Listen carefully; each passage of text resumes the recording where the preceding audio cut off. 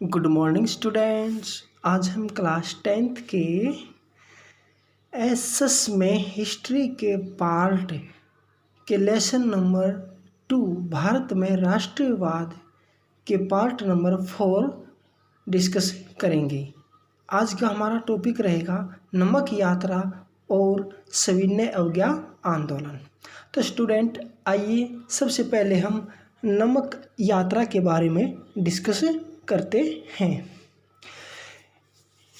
31 जनवरी 1930 को गांधी जी ने viceroy Irwin को पत्र लिखा जिसमें 11 मांगों का उल्लेख किया गया था। उस समय के हमारे जो ब्रिटिश जो साम्राज्य था उसके वायसराय कौन थे? इरविन।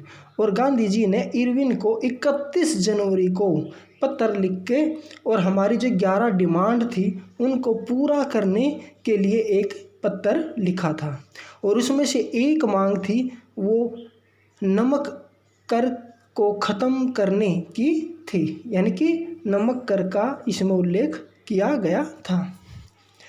गांधी जी ने कहा था कि अगर 11 मार्च तक उनकी मांगें नहीं मांगी गई तो कांग्रेस सविनय अवज्ञा आंदोलन छेड़ देगी, लेकिन वायसराय इरविन ने इसको अस्वीकार कर दिया।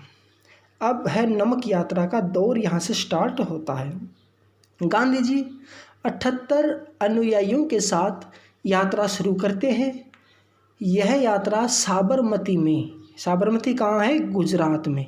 साबरमती में गांधी जी के आश्रम से 240 किलोमीटर दूर दांडी नामक जगह पर ख़त्म होनी थी। ये जो दांडी है ये भी गुजरात में है, लेकिन ये समुद्र तट के किनारे के ऊपर है। तो साबरमती और दांडी के बीच की जो टोटल दूरी है वो कितनी है? 240 किलोमीटर। गांधी जी की टोली ने 24 दिन तक हर रोज लगभग 10 से 12 किलोमीटर का सफ़र तय किया।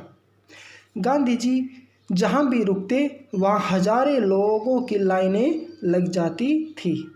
और सभाओं में गांधी जी ने स्वराज का अर्थ स्पष्ट किया और आह्वान किया कि लोग अंग्रेज़ों की शांतिपूर्ण अवज्ञा करें।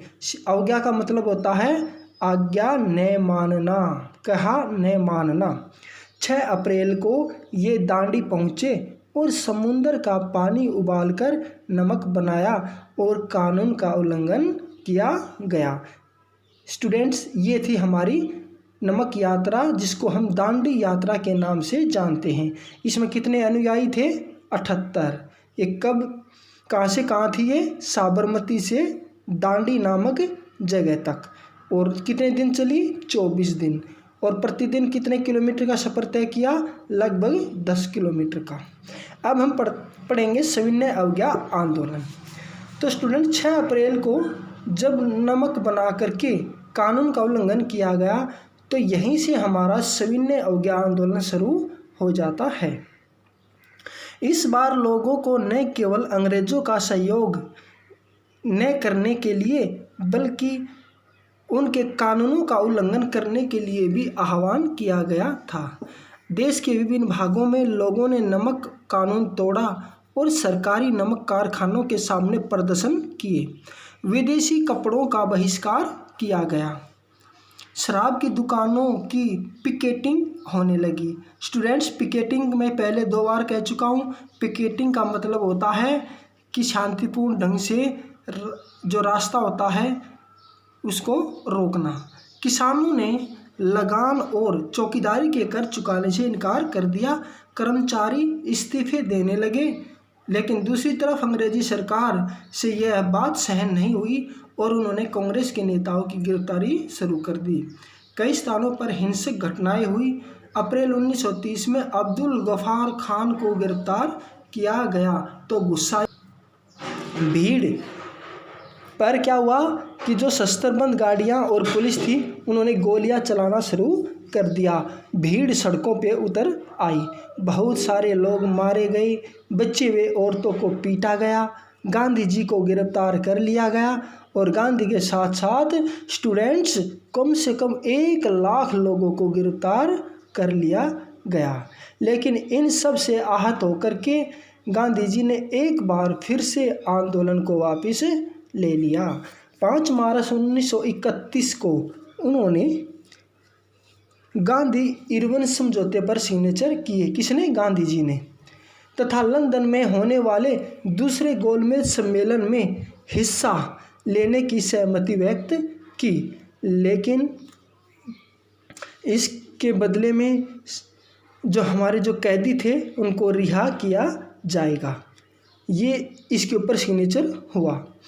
दिसंबर 1931 में सम्मेलन के लिए गांधी जी लंदन गए, लेकिन निराश वापस लौटना पड़ा, यानी कि कोई सहमति नहीं हुई। कांग्रेस को गैर कानूनी पार्टी घोषित किया गया। सभाओं प्रदर्शन की गतिविधियों को रोकने के लिए सख्त कदम उठाए गए। नेहरू गफ्फार दोनों अभी भी जेल में थे। इस प्रकार से गांधी जी ने इस आंदोलन को दोबारा शुरू करने का फैसला किया गया। तो स्टूडेंट, ये था हमारा दांडी यात्रा नमक वाला और सविनय अवज्ञा आंदोलन के बारे में। आइए अब इससे संबंधित कुछ क्वेश्चन हैं, उनके ऊपर डिस्कस करते हैं। स्टूडेंट्स, फर्स्ट क्वेश्चन है, गांधी जी ने वायसराय इरविन को पत्र कब लिखा?